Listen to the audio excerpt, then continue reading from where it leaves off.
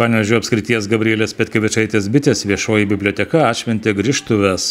Po 3 metų remonto duris atvėrė atnaujintos, šviesios ir spalvingos Aukštaičių gatvėje įsikūrusio vaikų ir jaunimo kultūrinės edukacijos skyriaus patalpos. Iš tikrųjų, nemeluoja žurnalistai, kai vadina tai amžiaus projektų ir amžiaus statybomis, nors nieko nestatėm, bet įkūrinėjom naują, modernų vaikų ir jaunimo kultūrinės edukacijos skyrių. Labai džiaugiamės naujomis erdvėmis, spalvomis, paslaugomis. Galim šiltai, sausai priimti savo lankytojus nuo pačių mažiausių iki vis dar besimokančių raides, iki jaunuolių, kurie galbūt jau žino, ką savo ateityje norėtų veikti ir išbandyti naujas sritis. Iš tikrųjų, projektas labai svarbus bibliotekai, labai svarbus miestui, regionui ir aš manau visai Lietuvai. Tai tikrai galim sakyti, kad Panevėžyje yra moderniausia vaikų biblioteka Lietuvoje. Atidarymo šventėje dalyvavęs kultūros viceministras Rimantas Mikaitis džiaugiasi atnaujinta šiuolaikinė biblioteka.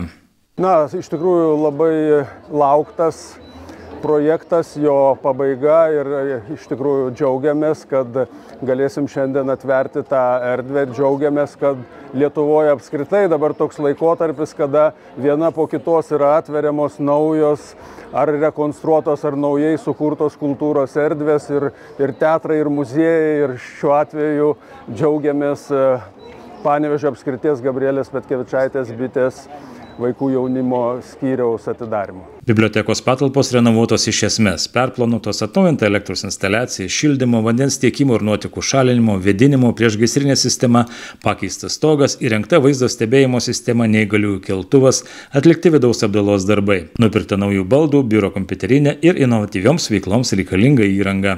Viskas buvo pakeista, elektros instaliacija, vandentiekiai, rangovai baldus projektavo, turėjom dizaino atskirą projektą. Kiekvienai tiksliniai auditorijai yra įkurtos erdvės, nuo mažylių erdvės iki vaikų, jaunuolių ir visi čia turėtų atrasti save ir ką veikti.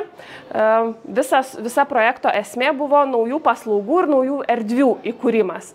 Dėl to viskas paslėpta viduje, iš išorės net nepagalvosi, kad nauja biblioteka štai yra įsikūrusi, bet tik užėjus prieinamumo įvairios paslaugos dabar yra pasiekiamos, neįgaliųjų keltuvas, savitarna knygų išdavime su nauja RFID sistema. Žodžiu, tai, kas yra šiuolaikinė biblioteka, tokias kokias paslaugas dabar galim geriausias pasiūlyti, tas čia ir padaryta. Aukštaičių gatvės patalpose įrengtos atskiros erdvės šeimoms su vaikais ir jaunimui. Patys mažiausiai su tėveliais galės leisti laisvalaikį ne tik skaitydami, bet ir žaisdami sensorinius interaktyvius žaidimus. Atvykę į biblioteką pirmajame aukšte rasite savitarnos rūbinę ir spalvingą bibliotekos patalpų planą.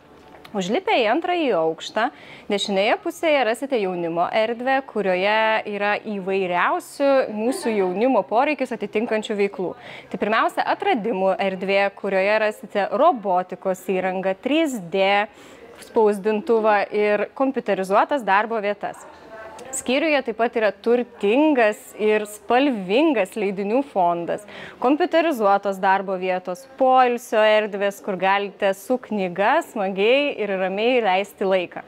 Kairėje pusėje yra šeimos erdvė, kur šeimos erdvė susideda iš kelių skirtingų erdvių. Tai renginių erdvė, mažylių erdvė ir vaikų erdvė. Didžiuojamės, kad renginių erdvė, manyčiau, yra viena moderniausių Panevėžyje, talpinanti daugiau kaip 60 dalyvių. Turime ypatingai originalią, inovatyvę įrangą, išmaniuosius ekranus, projektorius, kameras, mikrofonus, na ir žodžiu visko, ko tik tai gali prireikti. Renginių erdvė gali būti padalyta į 2 dalis ir vienoje iš jų galime įkurti jaukų vaikų teatriuką. Mažylių erdvėje jūsų laukia edukacinis žaidimas skirtas patiems mažiausiams mūsų lankytojams. Tai nuo mažiuliukų iki 3 metų. Edukacinis žaidimas yra skirtas lavinti vaikų motoriką, susipažinti su spalvomis, bandyti išmokti atskirti raidę nuo skaičiaus ir panašiai. Tai tikimės, kad tėveliai su vaikučiais tikrai galės smagiai praleisti laiką.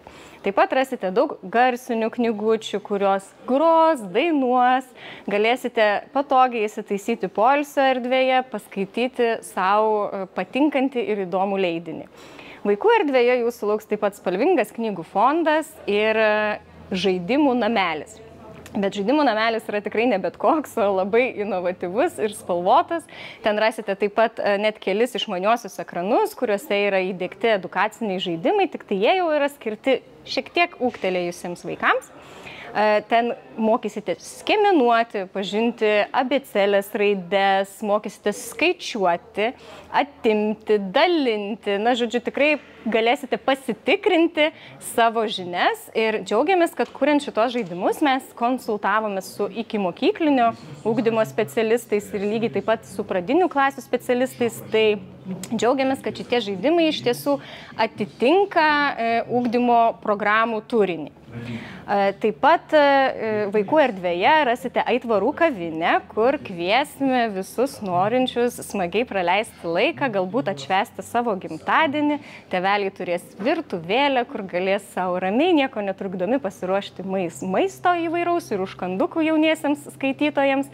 Rasite staliukus, kėdutes, žodžiu, viską, ko jums galėtų prireikti ir dar švenčiant gimtadienį kartu galėsite sudalyvauti ir vienoje ar keliose edukacinėse programuose. Bibliotekoje įrengta moderni renginių salė, profesionali garso įrašų studija, lauke įrengtas knygomatas. Garso įrašų studijoje rasite profesionalią įrangą tiek garso režisavimui, tiek įvairius mikrofonus, daugybę instrumentų, kur galėsite išbandyti ir atrasti dar neatrastus savo talentus.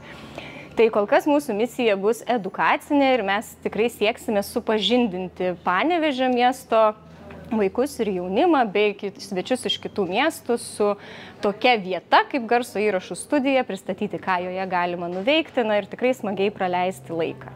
Vaikų ir jaunimo kultūrinės edukacijos skyriaus patalpos modernizuotos bibliotekoje įgyvendinus ES fondų ir valstybės finansuojamą projektą. Visa projekto apimtis yra 1,3 milijono eurų. Pradėjom nuo idėjos 2014 metais. Labai džiugiuosi, kad šiandien į atidarymą ateis ir projekto iniciatoriai, projekto sumanytojai ir visi tie, kurie ir užbaigė šį projektą. Laikinai buvo skyrius įsikūręs kitose patalpose ir jisai beveik po 3 metų grįžo čia. Biblioteka teiks paslaugas šeimoms, vaikams, jaunimui iki 18-19 metų bei specialistams.